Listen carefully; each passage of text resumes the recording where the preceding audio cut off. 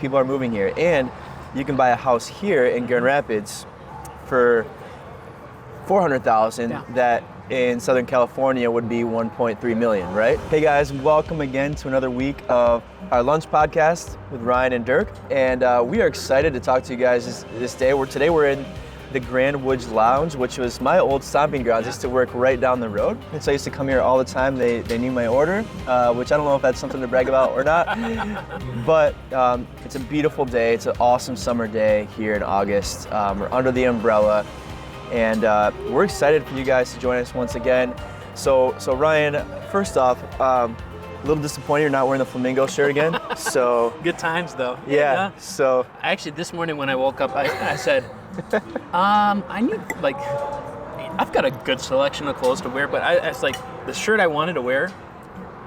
I just noticed I was like, oh shoot, I wore that on 2 podcasts already, and we've only had 5 podcasts. I almost did that too. I was like, I gotta check what I'm gonna wear today. So it's like, don't judge us, right? Yeah, it's like, well, yeah, I got a good wardrobe, but yep.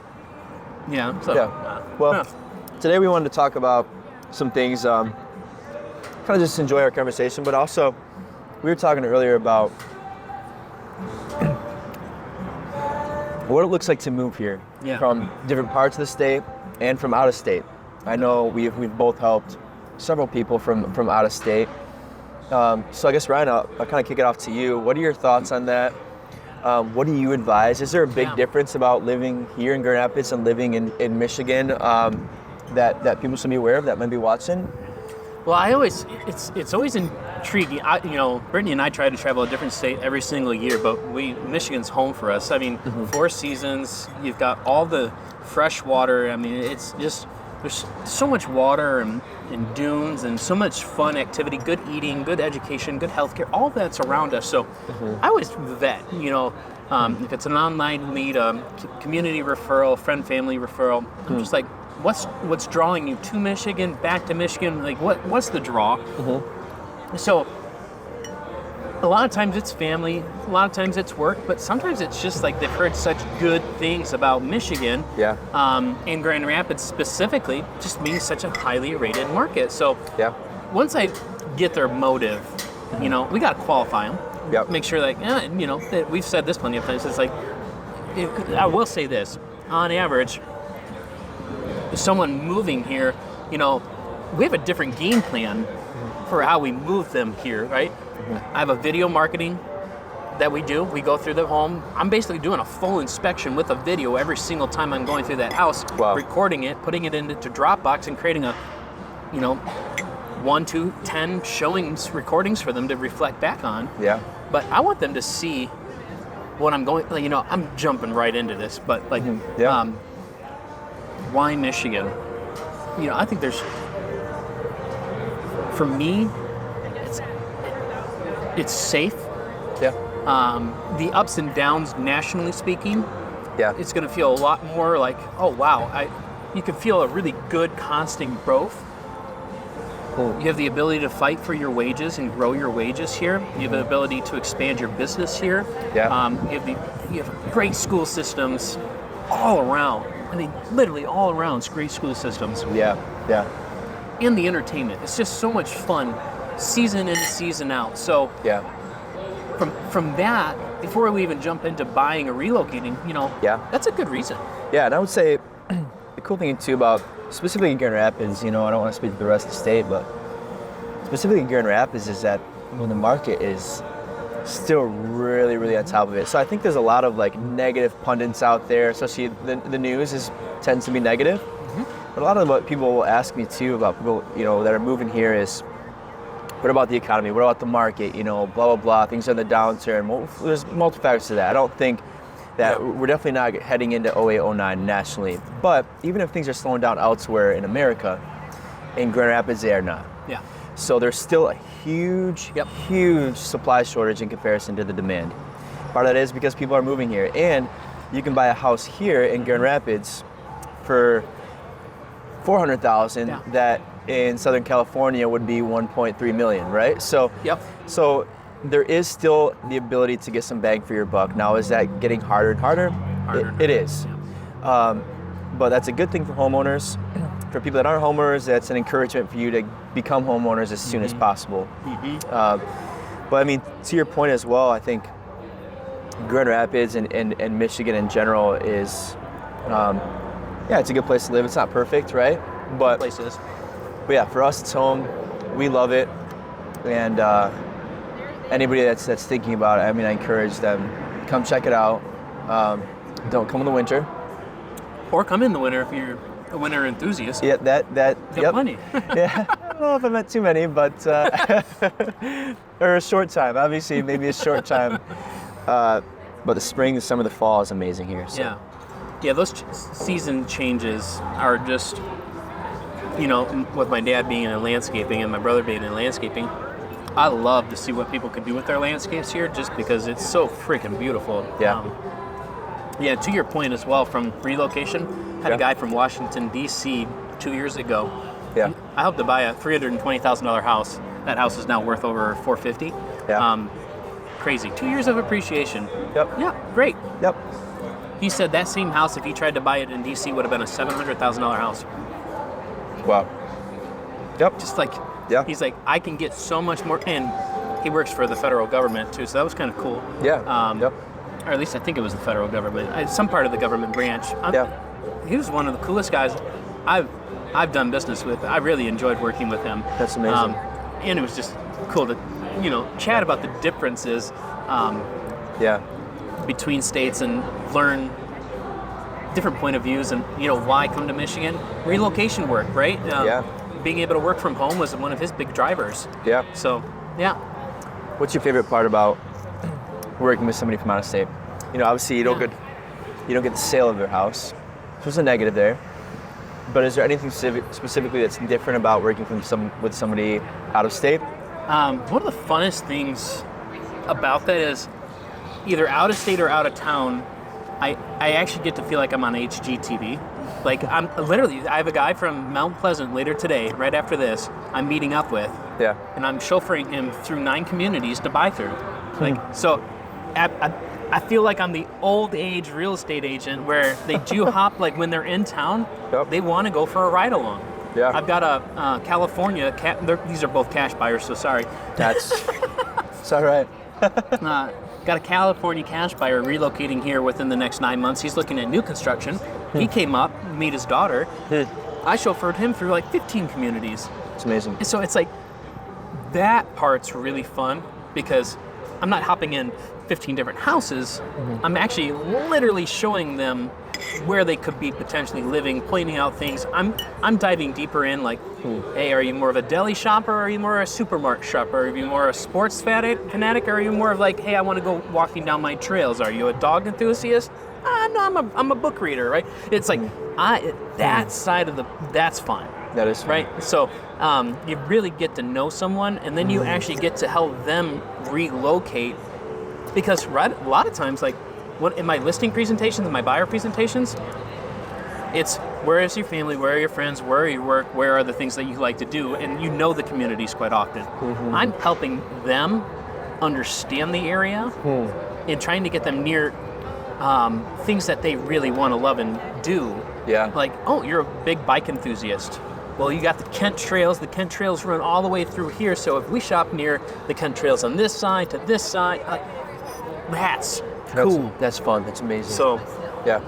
And that's just different. But mouthful of food. Yep. The other reason I wanted to talk about it is you can work with us in different states. Yes. Now, I'm not licensed in different states, but Dirk is. But I was talking with Dirk. I was like, Dirk, next year, so this year we bought some 19 investment property units and the commercial building. Next year I want to focus on Florida, Montana, and Cincinnati. Brian, why do you want to focus on those areas? Great question, Dirk. Yeah. I want to buy a condo in Cincinnati to be near my season ticket holder. That'd be awesome. Cincinnati Reds. That's awesome. That'd be cool. Yeah. And then I want a duplex in Florida to rent out long term or short term, and then use the other half myself. And then Montana, because that's where we go hunting. So I just want to load up some assets in those states. Yeah. For my own fun. That's really exciting. It's fun to think about too. Do you know where in Montana you're thinking about? Yeah, we're currently looking at Lewistown. Okay. So it's by Old Baldy Mountain. Okay. So good for any type of hunting that you want to do. One of the properties I'm looking at right now is 30 acres, so pretty freaking cool. That's amazing. Price point's not cool, but that being what it is, that's okay. We'll figure it out. Yeah. Yeah. Just got to make sure that it cash flows in whatever I do. Yeah. But for an Airbnb property, that one could potentially make as much as I do in real estate. Yeah. So that's amazing. I've been to Montana once before. I visited Billings, where my buddy lives. Oh, I've been there. Yep. And then actually flew into Bozeman. So I've been in Bozeman, and then we went up to Butte. I've been there. Which is an old mining town, really beautiful. But yeah, I love Montana. It's a great area. So it's exciting that you could have a place there and maybe a place for me to visit at some point. So that's kind of the game plan. Is my brother Logan and my dad go annually 2 or 3 times a year to Wisconsin for the spot that his buddy has a cottage on. Yeah. And that's just what they do, right? So investing can be more than just cash flow all the time, right? So yeah. that was the other reason I got a lot of out-of-state buyers is they want to buy investment properties, Airbnbs, and I've partnered on some of those, and they do great. Yeah. I've been very happy to learn and do that with them. Yeah. But now I want to do this, like what I've helped other people do here in Michigan. Yeah. Take that knowledge and do the same for myself in other states. So yeah. So next year I might be a little bit more selfish on my purchases versus this year. Do you plan to get licensed in other states at some point, or do you plan to kind of just stay in Michigan and maybe invest elsewhere but not get licensed? I think so. The different how do I say that?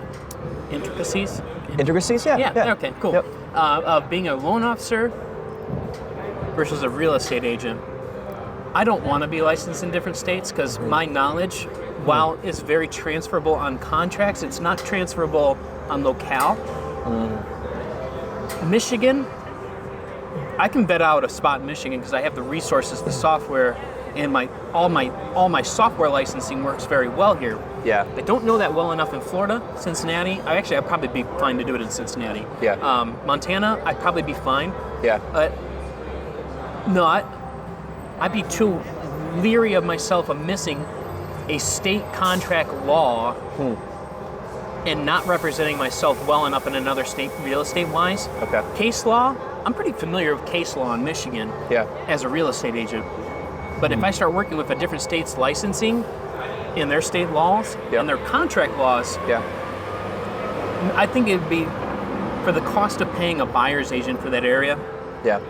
Use the buyer's agent. Yeah. So and that's fair. We've got a really good referral network too. Yeah. So that's awesome. Yeah. That's awesome. So we're at the part of the podcast, Ryan, where we're gonna rate the food. I finished mine. It was really good. Yeah. I had a salad again. I'm trying to be healthier, guys. Ryan, you had a wrap, which is also somewhat healthy. The French fries not as much, but what would you rate it? What do you think? Was it good, great? Scale of 1 to 10, what would you say? They made it wrong. Well, not a great start. So it was a barbecue chicken wrap. Okay. It was supposed to have cilantro and pepper jack cheese. They didn't do cilantro and they didn't do pepper jack cheese. That is shredded cheddar in there. There it is. Colby, actually. Missed it by that much. So not quite right. The chicken was very dry as well. Who recommended coming here? Gosh, unreal, that person. The French fries, though, it was probably like a 8, 9 out of 10. The fries were really good. Fries are always good here. That's awesome. Yeah, I got the crispy chicken salad. It's a thing I usually get when I come here for years, and it was very good. So I actually really enjoyed it. I still think that first week at Chubby's, I think that was probably I've had pretty much chicken salads every week, most of the weeks. Last week I had a breakfast, but I think that was the best salad I've had yet. So. Did you have a salad at Westside? I did. It was very good there too. Chubby's just did that well. I just, for some reason, I think Chubby's, it was like more cut up. I don't know. So, there you go. But I love the crispy chicken salad here at the Woods. It's nostalgic for me because, like I said, I used to come here quite a bit with my coworkers, and we had a lot of good memories here. And it's fun to come here in the summertime, especially on a day like today when it's not too hot, not too cold. Just because the atmosphere. You might have heard some of there's music in the background. It's a good setting. There's people around. There's buses going by. It's a beautiful part of downtown.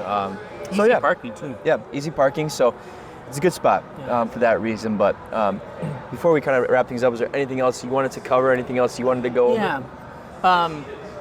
Because relocating here, like you're going to come across people that you know, family that you know, colleagues that you know that aren't in the state but might consider moving here. Consider us. Yeah.